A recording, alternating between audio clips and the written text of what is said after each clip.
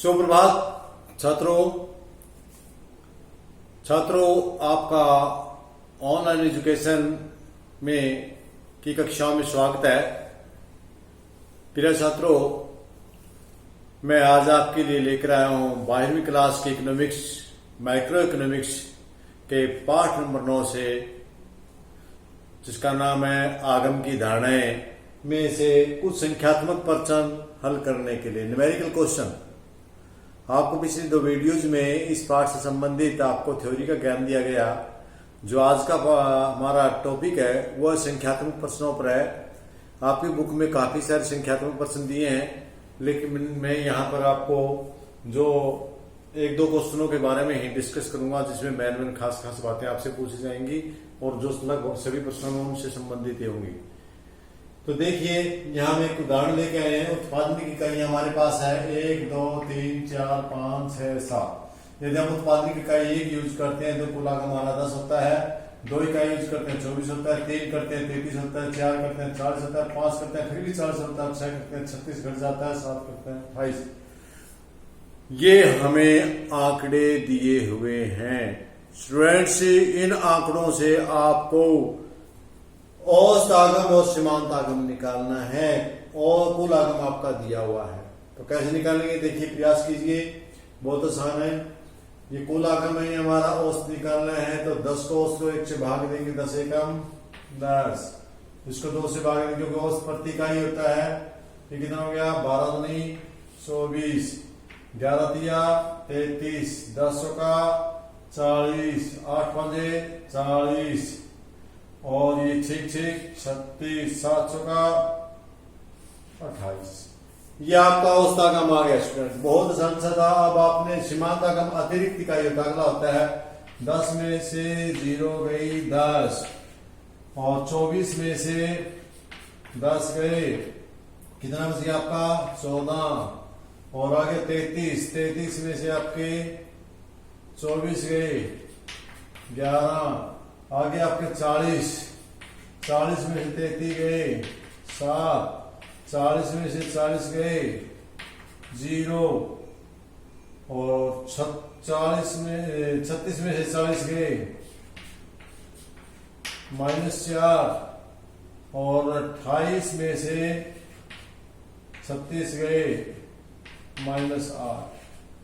तो स्टूडेंट्स, ये आपके साथ आंकड़े थे। बहुत ही आसान सवाल था, लेकिन कई बार आपसे घुमा फिरा के सवाल पूछ लिया जाता है।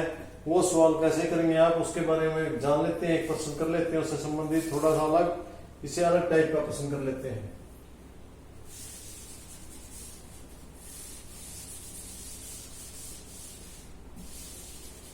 यहां पर हमें इस प्रश्न में कुल आगम दिया हुआ था।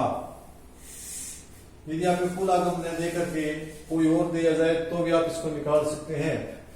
यदि मान लिया मैं अलग अलग दे देता हूं आपको, यहाँ हमारे पास 1 2 3 4 1 2 3 4 5 ये 6 इकाइयां हैं और 6 इकाइयों में हमारे पास आंकड़ा है ये 10 है। फिर इसके बाद हमारे पास कोई ये नहीं है, ये भी नहीं है, और इसके बाद 4 नंबर पर हमें 28 है और 5 नंबर पर हमें नहीं है और 6 नंबर पर आपका कुल आगम नहीं है। चलिए, औसत आगम पर ये नहीं है, ये हमारा 9 दिया हुआ है और हमें कुछ नहीं दे रखा। और इधर हमें दे रखा है पहला नहीं, दूसरा नहीं, तीसरा 6 है और उसके बाद 6 के बाद कुछ नहीं, 2 है और 0। देखिए छात्रों, अब ये खाली जगह भरनी है आपको। कैसे भरेंगे, जो कुल आगम में औसत आगम में सीमांत आगम में नहीं है उन संख्याओं को आपने भरना है। कैसे भरेंगे, देखो सबसे पहले 10 है, ये क्या कुल है और औसत कितना लिखने का, 10 को 10 से करेंगे 10 ही आ जाएगा आपका। ठीक है, आया समझ में। और 10 से पहले सीमांत कितना था आपका 0 था, तो 10 में से 0 घटाएंगे आप, कितना आ जाएगा आपका 10 आ जाएगा।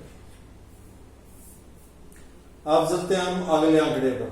अब हमारे पास यहाँ कुल आगम नहीं है, लेकिन हमारे पास तो औसत आगम है। आपको पता है कि औसत प्रति इकाई होता है, इसकी और इसकी यदि गुणा करें तो हमारा ये कुल आगम आ जाएगा 18। और यदि 18 आ गया तो आपका सीमांत भी आ जाएगा, क्योंकि 18 में से 10 गया आपका 8 आ गया। ठीक है स्टूडेंट्स, समझ में आया ना? हाँ, इसी प्रकार होगा। अब देखिए आपका यहाँ 3 है, यहाँ भी नहीं है, यहाँ भी नहीं है, फिर इसको कैसे निकालें? लेकिन यहाँ तो है अपना। अब इसका ये अतिरिक्त को आएगा, इसका अगला तीसरे लगने से इतना हो जाता है। हमारे पास पहले कितना है 24 और इसका 6, तो 24 और 6 कितना हो गया? सॉरी 18 और 6 24। देखिए फिर 18 था और अगली इकाई लगने से हमारा 6 होता है, तो 18 से 24 आ गया। अब ये निकल जाएगा हमारे से, क्योंकि 24 को हमें 3 से भाग देंगे, कितना आ जाएगा? 8 आ जाएगा। आगे आपका है ही, तो आपको निकालने की जरूरत नहीं, 6 का 6 है। इसके बाद आपका है, इसको आप कर भी सकते हैं 6 का 6, आपका 6 में भी यहाँ था, दिखा भी सकते हैं 24/18 बराबर 6।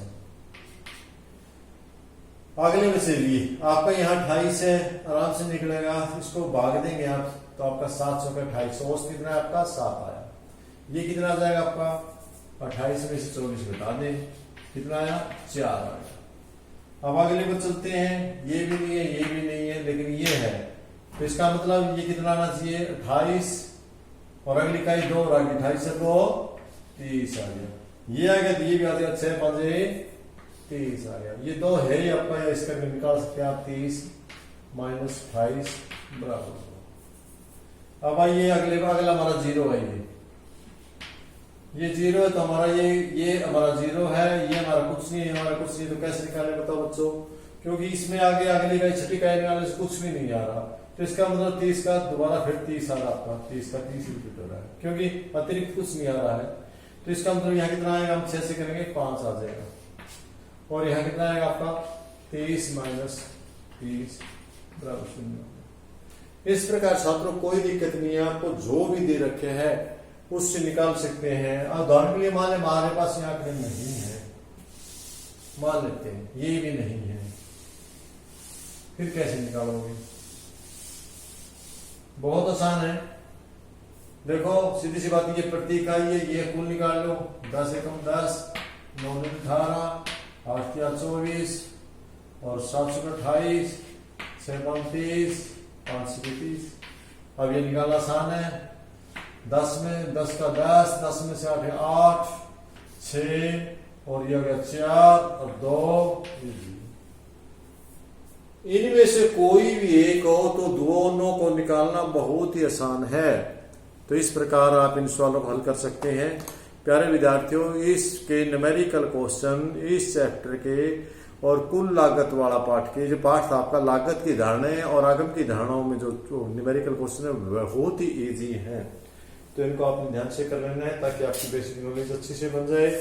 तो मुझे नहीं लगता कि आपको कोई क्वेश्चन इसमें नहीं आएगा, यदि नहीं भी आता तो कमेंट में अवश्य लिखें। धन्यवाद।